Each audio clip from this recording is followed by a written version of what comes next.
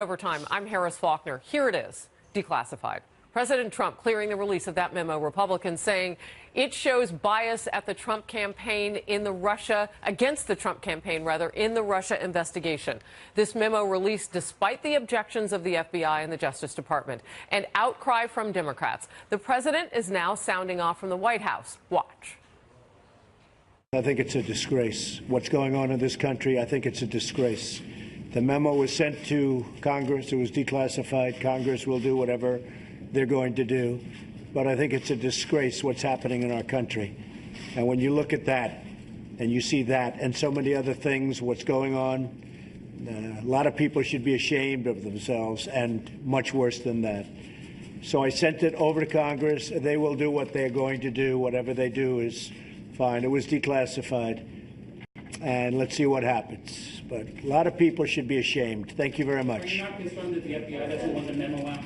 Thank you very much. Does it make you more likely to hire Rosenstein? Do you still have confidence in him after reading the memo? You figure that one out.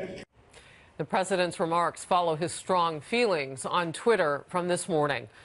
He tweeted, the top leadership and investigators of the FBI and the Justice Department have politicized the sacred investigative process in favor of Democrats and against Republicans, something which would have been unthinkable just a short time ago.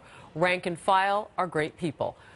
Let's first go to Fox News Sunday anchor Chris Wallace on this. And Chris, this has been out for about 30 minutes. Your first thoughts as you look at this? Well, I think there are some parts of it that are damaging to the FBI and to the Trump investigation, raise questions about it.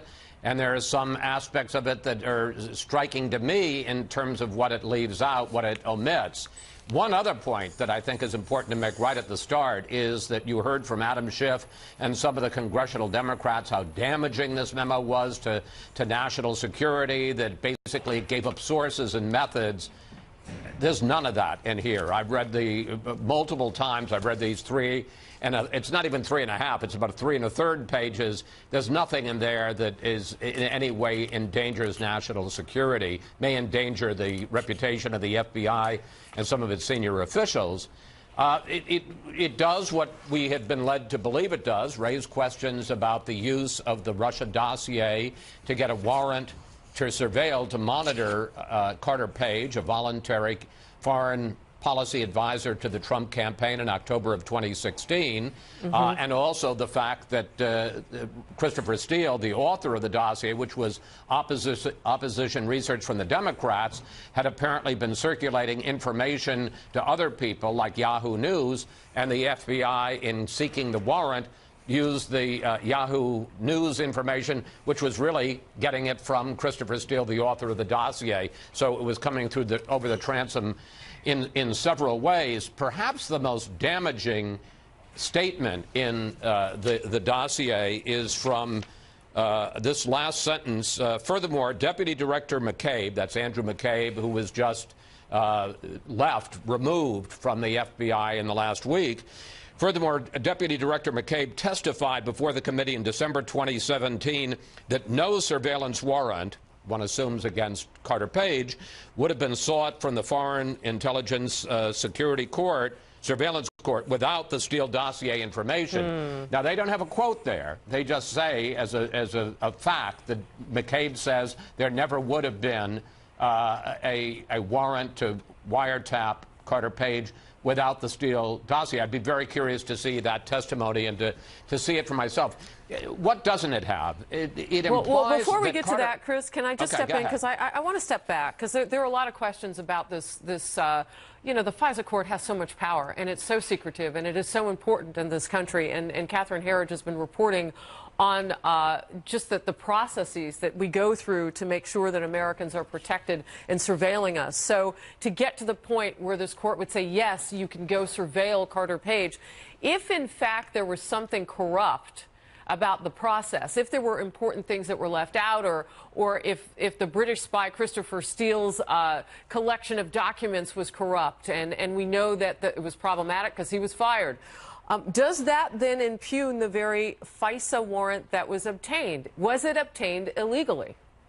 Well, it depends. Certainly, the use of the dossier seems to have been improper, but we don't know how big a role that played in the FISA warrant, which gets back to that McCabe statement, again, without any quotation, just a summation by the Republicans that they couldn't have gotten the warrant without it.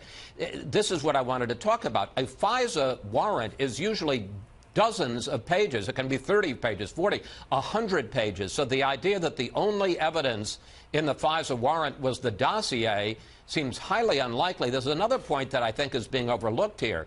Carter Page was not just some innocent babe in the woods who was being attacked by the FBI. In 2013, and this hasn't been mentioned at all, in 2013, Russian intelligence agents tried to recruit Carter Page as an agent for the Russians in this country. In 2014, Carter Page, this is years before Donald Trump ran for president, right. Carter Page was the subject of a separate FISA warrant. So Carter Page has a long history here, and it seems unlikely. That's interesting. Not to say that the dossier may have played a role, and to the degree it played a role, that is very troubling and may be corrupt. But it's very unlikely that that was the only evidence that was brought. Carter Page had a long history, and the FBI had them on his radar for questionable relations with the Russians for 4 or 5 years. And Chris, all of that being the fact, what does it have to do with the Trump campaign? And that is such a basic question, but it's important. And those FISA documents would have been separate. They might have been part of a pool of where they look at this guy and they say, well, we've looked at him before. But it's my understanding that when they look to surveil, it's an independent request that's coming in based on those current conditions and information that they know at the time. So my big question is, did they ask all the proper questions? This memo would indicate that they didn't know where the money had come from to pay for that anti-Trump dossier. There were some things that perhaps the FISA court was not aware of. And so I use the word corrupt. You can just use the word, conflicting, you can say incomplete, whatever it is. But if that FISA warrant were not properly processed, does that then mean that the rest of the case that was built on this particular one needs a second look or maybe thrown out? What do you think? No, and this is precisely my point. There are certainly questions.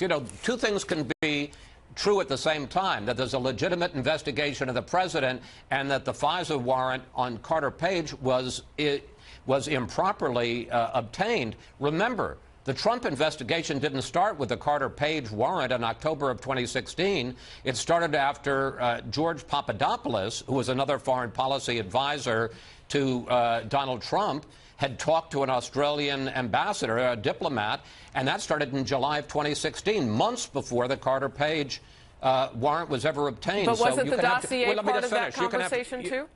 Pardon? Go ahead. I'll bring up the dossier after you're done. Forgive me. Well, in fact, what it says here in this memo is it says that the Papadopoulos information triggered the opening of an FBI counterintelligence investigation by late 2016. There is no evidence of any cooperation or conspiracy between Page and Papadopoulos. Yes, that indicates that that Page may not have been part of what Papadopoulos was talking about, and that warrant might not be correct. But it also indicates that the information that Papadopoulos gave had nothing to do with Carter Page. What else stands out to you in this document? This gets back to the question. One of the things that stands out to me is it is 3 1/3 pages long and seems very narrowly written to make the worst case on one specific thing. It may well be completely accurate. One of the things that really stands out to me is the role of Bruce Orr, who was an assistant attorney general whose wife was working for the same company that had employed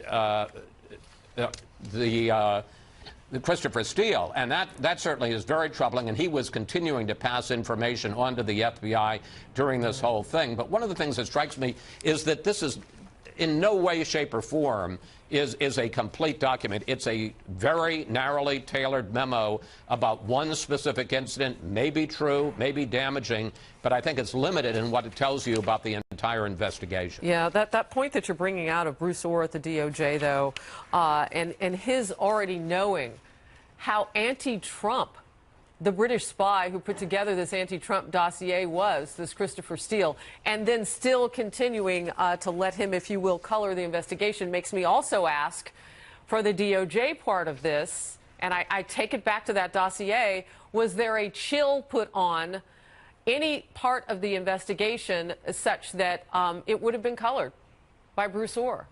Was there, you know, I'm curious about that, because if he knew that there was somebody who was against the candidate who's handing him a lot of information, what does that tell us? And I know he's been demoted. Why is he still at the Justice Department?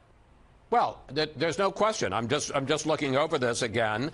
That before and after Steele was terminated as a source because they no longer saw him as reliable, he maintained contact with DOJ via this associate Deputy Attorney General Bruce Orr. And that back in 2016, Steele had admitted to Orr his feelings against Trump, then candidate Trump, quote, was desperate that Donald Trump not get elected and was passionate about him not being president, and that all of this information that Steele had given to Orr, none of that was in the FISA document. Again, the point I'm trying to make is the FISA document can have a lot of holes in it. It doesn't mean that the entire document has a hole in it, and it doesn't necessarily mean we're just going to have to wait and see whether the entire Trump investigation has holes in it. Well, I can tell you one thing. You're going to try to get to the bottom of this all the way till Sunday, and that's when we'll see you again for Fox News Sunday. Chris Wallace, thank you for being here to help me break it down and take all of my peppered questions. I enjoy it. And let me just quickly say we're going to have two members on at the same time of the House Intelligence Committee, one Republican, one Democrat. That's we're going to great. go through all of these things and try to get them, because we haven't gotten the two memos together. Let's get two members together and go through it with them. Oh, I love that. Yeah, because the Democrats say theirs is some 10 pages long. Will theirs be redacted? Is it going through the process? Oh, I'll be tuned in with popcorn. Thank you. Thanks, Harris. All right, my next guest, one of the first lawmakers to call for the memo's public release, Republican Ron DeSantis of Florida, sits on the House Foreign Affairs and Judiciary Committees. The congressman also a candidate for Florida governor right now. Great to see you today. You heard me going back pretty tough. I have a lot of questions. My first is, what is the takeaway that you want the American people to have first? Because you wanted this to be out there. Well, I think that it answered a lot of important questions, but it also raises others. I mean, it answers the question about, did the FBI use this Democrat Party-funded dossier to obtain surveillance? And the answer to that question is yes. How important was the dossier? Well, the memo points out that Andrew McCabe in his testimony said that there would not have been an application for surveillance but for the dossier. So whatever percentage the dossier was, based on his testimony, there would not have been surveillance issued if you didn't have the dossier. Then you look at somebody like Bruce Orr, who is one of the top-ranking officials in the Obama Justice Department. His wife is working for Fusion GPS, which, of course, is being funded by the Democratic Party and Hillary Clinton. And she's feeding Orr all this negative research on Trump, unverified research, as even James Comey has admitted. And then Orr is taking that and feeding it back into the Obama administration at Justice and at FBI. So it's a confluence of the Democratic Party, the Obama administration, Fusion GPS, the media. Shockingly, they used that Yahoo News article from September of 2016 as corroboration for the Steele dossier, but that article was based off Christopher Steele leaking to the reporter. So it's a circular logic that they're using there. So I think that there's a lot of concerns about this, and I think it's going to raise questions about, okay, why was the surveillance re-upped going forward? That stretched all the way into Trump's administration with Deputy Attorney General Rod Rosenstein. I also look at that Papadopoulos nugget that had been reported. It seemed odd to me, but the fact that that is verified. You have this anti-Trump FBI agent, Peter Strzok, who wanted an insurance policy, didn't want him to be president, and he opens up a massive federal investigation based off Papadopoulos drinking at a bar and saying that the Russians have dirt on Hillary Clinton. That is a very thin reason to start a major investigation, and it's totally conflicting with how a lack of zealousness he displayed heading the Hillary Clinton email investigation. Well, you just laid it out for us, and I want to now kind of go back in there and pick this apart. Very disturbing to know that a Yahoo News article that circled back to basically the same source that was the first on the list which is this Christopher Steele. You know, when it comes to this president and what he has said widely about the media, how does this fit in your view when you hear, and we haven't talked with Yahoo News, so I don't know that they knew that this was part of the investigation, but what are your thoughts on that? Well, I think the interesting thing about this memo is a lot of the journalists in Washington, they were basically against releasing this. I mean, they were saying this is nothing, this is not right, all this.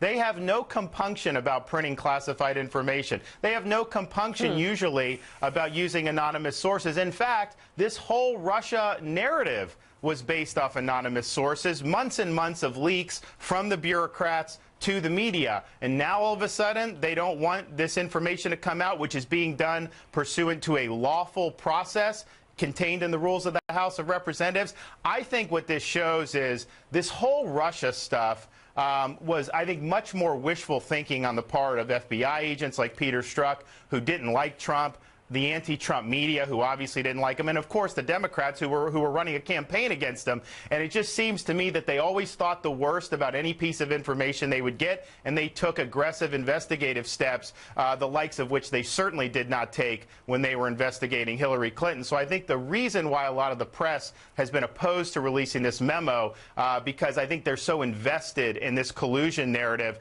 and it just bears repeating, Harris. I mean, here we are, we're in 2018 now, and we still don't have evidence of any Trump-Russia campaign collusion. Well, you know, we'll look closely at this memo, but if, you know, there's got to be documentation, I would imagine, transcripts from what people said and that sort of thing. This is just 3 1/4 pages, so there's definitely more to it that maybe we can and cannot see. But if these are the high or the lowlights, if we want to put it, there's a lot that's troubling in here. My question for you is, based on the fact that this FISA warrant was obtained and then even extended under Rosenstein, the current deputy AG, are you concerned that there are other situations inside the FBI where maybe the things were not followed the way that they should have been? Are we taking a look at the FISA court? Where are your concerns now?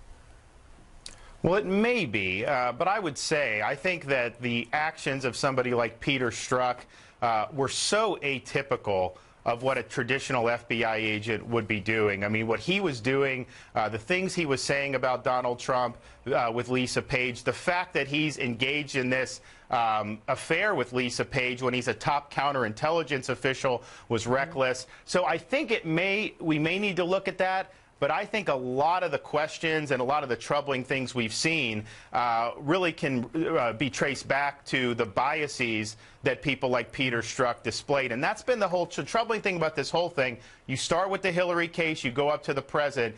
Any questionable actions almost always dovetailed with the biases that have been evinced by people like Strzok. Remember, he texted Lisa Page back and forth, and they were saying, oh, you don't want to go in and interrogate Hillary with guns blazing. She could be the next president. And he's like, oh, yeah, I agree. We don't want to do that. That is not how they handled this surveillance with the Trump campaign. They used thin gruel to get it. It very well may have been very improper, but at a minimum, it was very, very weak. All right, so the public has seen it now. What's the end game, real quickly? What would you like to see happen here? Are there going to be people who lose their jobs?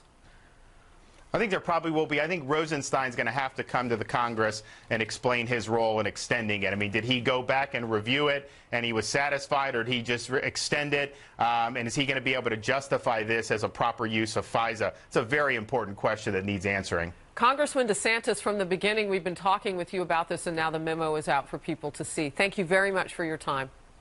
Thank you. For more on how the Trump administration is handling this memo, let's bring in former White House press secretary and Fox News contributor Ari Fleischer. Great to see you. You know, one of the documents that we got was the page and a half, and I'm going to lean over and pick it up here, from the White House declassifying this information. And it's pretty detailed, actually. How important is that? Well, it's the power of the president to declassify information if he thinks it's in the public's interest, and I think that's what you have here. Look, if I was the White House, I'd have done one other thing today, and that is I'd have also declassified Adam Schiff's memo. I do think it's proper, it's fair, let the public see both memos at the same time, and then let the public render its judgment about who's right, who's wrong. So I've read now, of course, the Nunes memo. I'll look forward to reading the Schiff memo. But the Nunes memo is troubling. What you see in here is, if it's right, that the FBI relied on a document paid by Hillary Clinton's campaign to start as an essential part of why they got a FISA warrant. That's not the way our system is supposed to work. So as you look at this, is there maybe not a straight line because we don't have everything, but is there enough indication here that anything that this FISA warrant had to do with needs to be looked at? Anything. And that's quite a bit. Well, I suspect the FISA court is already doing that. I think with this news out there, and frankly, they've been able to read between the lines for weeks, I suspect they're going back through this and saying what was presented to us by the FBI. Did we do this properly? Did we do our due diligence? And do we, as the FISA court, need to tell our judges who rotate through the court that they need to be more vigilant in approving FBI FISA requests? But there's one other thing, Harris, that I think needs to happen here, and it can help clear this up. We're all hearing from Republicans, we're hearing from the Democrats. We need to hear from James Comey. We need to hear from Andy McCabe. Well, we did in a tweet. We need to hear from Bruce Orr. No, I think James Comey should stand up and do what he likes to do. He should hold a news conference and take this on, answer the questions. To what extent was the FISA court relying on the dossier? Did the FBI inform the FISA court that it was paid by Hillary's campaign? Why not? Did you cite the Yahoo article, as Congressman Nunes says he did? James Comey can answer a lot of these questions, and I think it's appropriate because of the amount of scrutiny now that this is under. And it's not fair to the new FBI director, Mr. Wray, that he has to shoulder the burden for all of this because it happened prior to his watch. So the argument, I want to go back to one thing you said. You said that the president should have declassified the Democrats' memo so that the public could see the Republican and Democrats' memo side by side. It did have to, according to officials in the House Intel, need to go through the same processes that the Republican memo did. And from Democrats that I've talked with, you know, that was going to take some time. So I don't know if simultaneous release would have been an option based on it going through the same process. I don't think that we can answer that. I don't even know where the memo stands right now in that process. Well, there was a certain amount of days that the administration had in order to review the Nunes document. I think they could have stretched out the number of days, and they could have tried to accelerate release of the Schiff document as well through the congressional process. Look, fair is fair. You have two sides making an argument, and I do think that serves the case of justice, and that's what this should be, blind justice, for the public to hear it all, see it all at the same time. Do you think it matters if it comes out next week? It doesn't diminish what's in the Nunes document, but I do think it just allows people to see both. All right, real quickly, you mentioned James Comey, so I want to bring in this tweet. And we might have this to put up on the screen. I don't know. It's probably better than looking at the top of my head. All should appreciate the FBI speaking up. I wish more of our leaders would, but take heart. American history shows that in the long run, weasels and liars never hold the field so long as good people stand up. Not a lot of schools of streets named for Joe McCarthy. That is a tweet from James Comey, former FBI director. Your thoughts on that? Well, there's only one building named after J. Edgar Hoover. And as we later learned, J. Edgar Hoover abused the authority of the FBI. And that's why anybody in a position of power, whether it's James Comey or whoever follows him, needs to be held accountable and give answers. And I don't think James Comey would disagree with that. So that's why I do think James Comey should step up, step off of Twitter and hold a news conference and try to clear this up, answer these questions to the best of his ability. You know, as we learn what's in this memo, and I know that you're anxious for the Democrat memo to come out as well, but does the president have a point when he looks at how this investigation has come along and you look at how dirty the process was with the FISA warrant? And you can call it dirty when you don't have all the information and you report what you know is fact. That's what they say about us as journalists. You know, Harris, I cannot imagine what it would have been like to have been in the White House when, now we know it was Deputy Director McCabe, comes in to see the Chief of Staff, Reince Priebus, and says, President Trump is not under investigation. And then he said, can you go out and say that? No, we can't tell anybody that. Do you know how frustrating that's got to be? If you're accused of a crime and it's in the newspapers and you know you didn't do it, people who are in charge of the investigation say, we know you didn't do it, but we won't tell anybody that. I can only imagine how frustrating that is. And I can understand President Trump has every right to be frustrated and angry about this and to want to get this behind him. It's good for the nation if it gets behind us.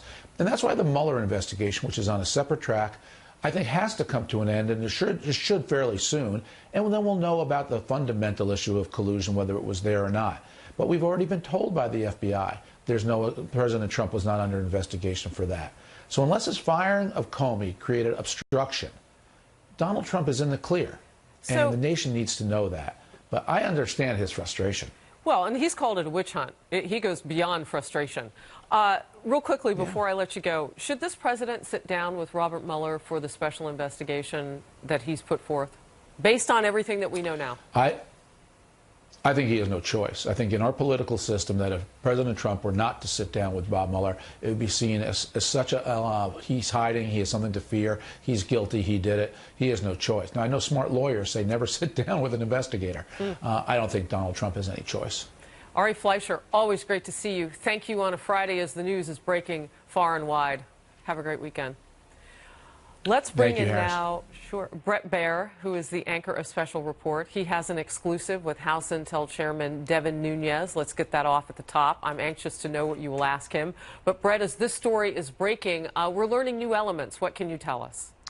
Well, first of all, let's get and I know you've talked about this and talked about it with Chris Wallace and kind of gone down what we're learning from this memo. But just to boil it down, a few points. One, confirmation that the dossier was in fact used to get FISA surveillance. Two, that 90-day extensions for the surveillance happened under Jim Comey, under Andrew McCabe, under Sally Yates, under Deputy Attorney General Bunt, and under Rod Rosenstein. Two of those were Trump people who extended the 90-day surveillance. Three, that Bruce Orr's wife was funneling information to Bruce Orr in the Justice Department during the Obama administration that based on the dossier, she worked for Fusion GPS.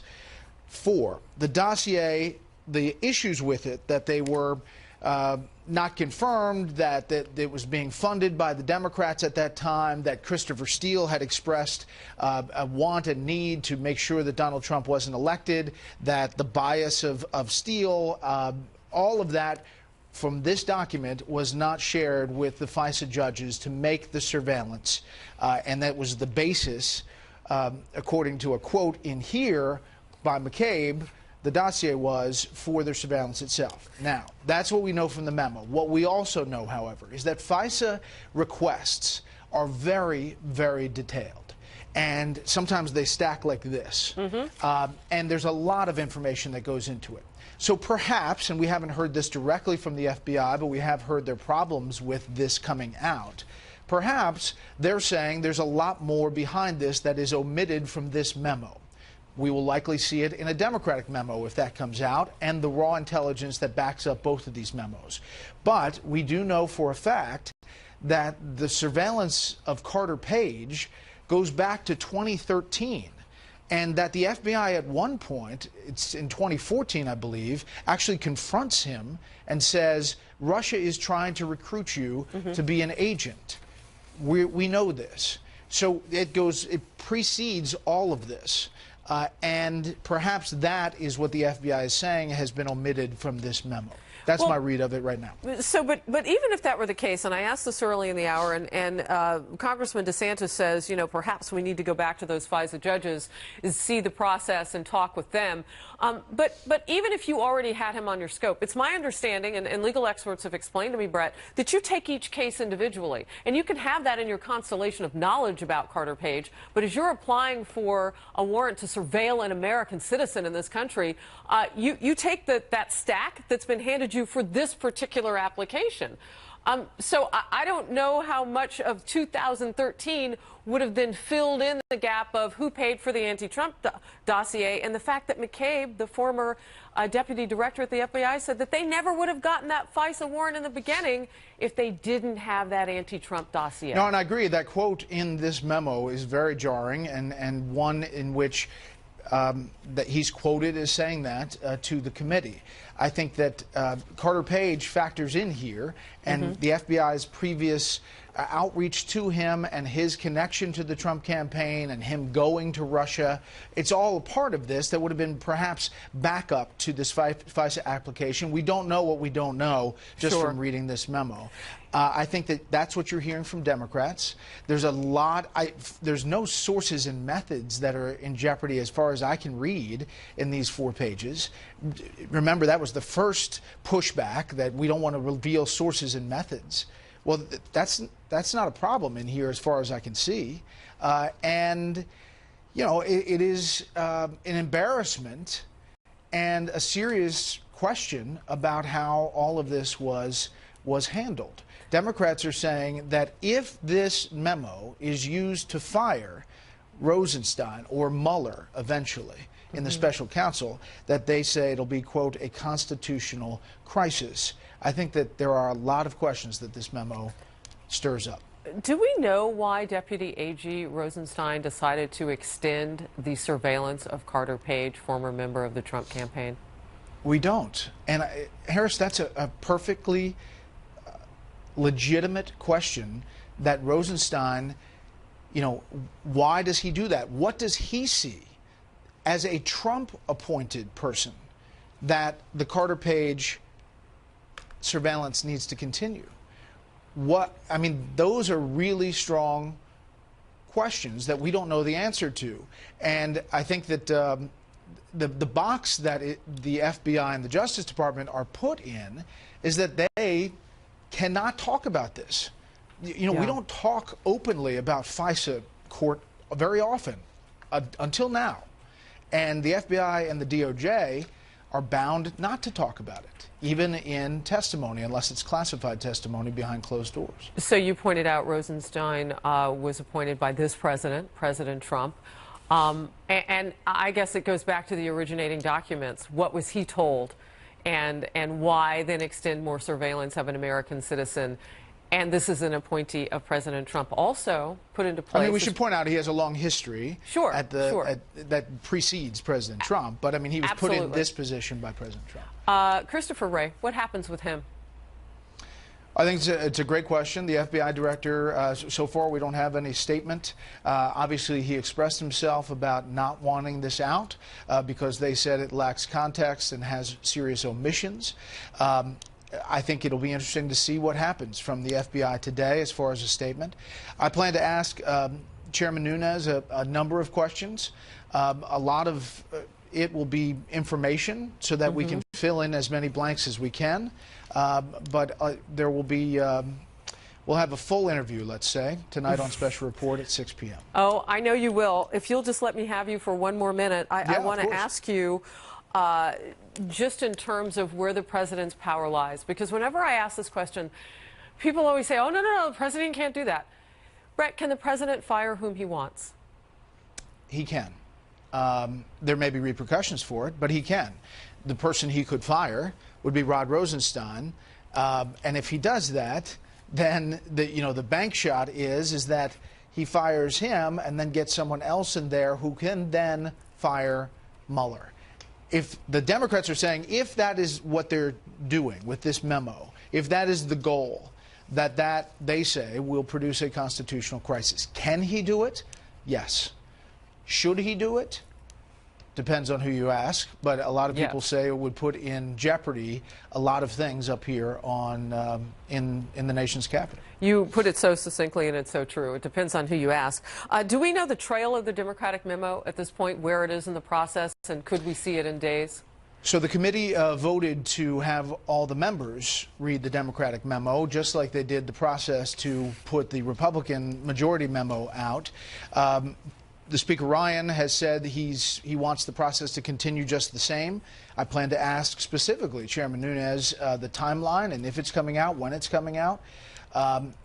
Obviously, there were Democrats and others who wished that it all came out together. And from a journalist point of view, I think we want more rather than less. Yes. And if you can see everything, including maybe even the raw that made the memos, redacting whatever you need to redact, I think it informs us better overall, and viewers can decide. Yeah, I kind of bewitched my nose on the idea that we might get to see all of that information like magic, because it's taken us so long just to get to this point of seeing what went on with that FISA warrant. But we do want to see more words or more and better, and that's how our Constitution works in terms of free speech as well. Bret Baier, okay, now we have the beautiful picture up. Special report, 6 p.m. Eastern. That is Devin Nunes, the House Intel Committee chairman who wrote the memo. He will be on with Bret Baier. I won't miss a second. You shouldn't either. Bret, thank you. Thanks, Harris. Here now is Tom Fitton, the president of Judicial Watch. He has supported the release of the memo from the very beginning and has FOIA'd through a for information process to try to get as much into the bloodstream of America so that they could know what was going on. Tom, your reaction to the release of the GOP memo? Oh, I think it's pretty devastating. I've listened to a lot of the commentary waiting to come on, and I don't think it'd be difficult to overstate the importance of the revelations in this memo, not only in terms of the corruption during the Obama administration, but the really devastating blow it strikes at the Mueller investigation. Look, when you have the Obama Justice Department take their best shot with the FISA court, and their best shot is a Clinton campaign document to run the narrative that there was Russia collusion requiring surveillance of a Trump campaign official or volunteer, and it turns out there was really nothing else there but for that dossier paid for by Clinton and DNC funds, then that means there's no Mueller investigation without the dossier paid for by Clinton and DNC funds. So the whole thing is subject to really, I think, being called off now by the Justice Department, if they're brave enough, based on these disclosures today. And it really, you know, I'm hearing a lot of talk about the innocent explanations about the information in this memo. If they were so innocent, then why did the FBI and Justice Department steadfastly object and stonewall congressional requests, Judicial Watch requests for information about the dossier and how it was handled? I mean, we learned today that the FBI authorized a payment to the Clinton campaign vendor, Steele. And then when he was cut off, allegedly, the FBI still wanted his information and used to cut out Bruce Orr, who used his wife to funnel information, obviously improperly, to the FBI. And all the courts, not once, not twice, not three, but 4 times, including by Rod Rosenstein, the memo alleges, misled the court. We can't wait for the courts to act. What's the Justice Department going to do, the clean house? What is Wray going to do, clean house? When did Wray know about this, and why hasn't he taken steps to reform the FBI? I tell you, Mr. Mueller, when did he know the dossier that is the basis, fundamentally, for the Russia collusion narrative and the fundamental basis for his investigation? What did he know, and when did he know it about the Clinton involvement in his investigation? So, Tom, I want to stop right there because what you've said is ground shaking, and you're the first person who said it. And I've been covering this now since it came out 90 minutes or so ago. The memo is devastating. It's a devastating blow at the Mueller investigation. Those are your words. The House Speaker Paul Ryan says the two don't connect. Let's watch this together and then get your reaction. What this memo is Congress doing its job in conducting legitimate oversight over a very unique law, FISA. And if mistakes were made and if individuals did something wrong, this memo is not an indictment of the FBI, of the Department of Justice. It does not impugn the Mueller investigation or the Deputy Attorney General. Tom? The memo speaks for itself. Did the Speaker read the memo that his party authorized the release of from the House of Representatives? You know, this is what I love about our work. You know, the documents are out there. You can reject or deny or accept my analysis or the Speaker's analysis. But when you have the Andrew McCabe, who is no friend of Donald Trump, testifying there be no FISA, a spying operation on the Trump team without this Clinton dossier, that necessarily means there would have been a Mueller investigation, because Mueller was hired to investigate this alleged Russia collusion. And the only reason there's alleged Russia collusion, it looks like, it's because they had this dossier paid for by the Clinton camp. I don't know what Mr. Ryan's thinking of. So, you know, the politicians in Washington, D.C. are protective of Mr. Mueller, the establishment politicians, and Donald Trump, frankly, seems like the only one who understands what Mueller's about at this point. So you think this is political, and maybe a different way than we had even looked at it. Does this memo cause kind of an ink blot reaction, or does it clear up some things that you had FOIA'd for and tried to get answers for? Because Judicial Watch, I mean, I don't know how much our viewers know how much you've been pushing. You wanted former Deputy Director FBI Andrew McCabe's text messages after he popped up between the two agents who were having an affair, talking about how they wanted to keep Trump out of the White House, and they mentioned him by name as Andy in their own text messages, just as an example. Yeah, we actually asked for his text messages. We sued for them before that material came out. We asked, for instance, for the dossier information, any payments. And they told us they can't confirm or deny anything like that, and they've been stonewalling us. We've asked for the underlying FISA applications. You know, we're going to have dueling memos now about what these underlying applications say. Let's declassify them. Let's get access to them. In fact, we plan to sue for these very records, if not today, but soon. So there has to be I think, this commitment to transparency, and I applaud Devin Nunes and the president for standing fast against the deep state that opposed this in a self-interested way, I think, to protect, again, the Mueller investigation. I would suggest that they do more of this. I just hope this is one of a series of memos, in the least, that give us some inkling. The Democratic memo, you want to see that too?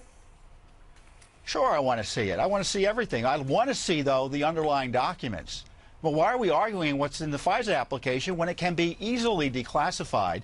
There's no good reason to keep it classified at this point. You can see the objections to releasing this memo based on the fact things were classified were specious. They were fraudulent. They were fake. There was no classified information in this memo, and their chief concern was that senior officials were named by name, and there's no good reason to withhold that information either. Look, the DOJ and the FBI have zero credibility in any objections they have now or in the future to release of information about their conduct with respect to the Russia collusion investigation and their investigations of Donald Trump. Wow. Okay. Tom Fitton, Judicial Watch, put very strongly in the end there as a closing argument. We appreciate your time. And when you do get that information, if they do let you see it, we'll bring you back. Thank you very much. You're welcome. What Tom is talking about, and our journalists who have joined me this hour, comes down to who's watching the watchers. You know, when an American can be surveilled, it's important that we know the documentation and the process that makes that happen. That's what is at stake here. Stay close.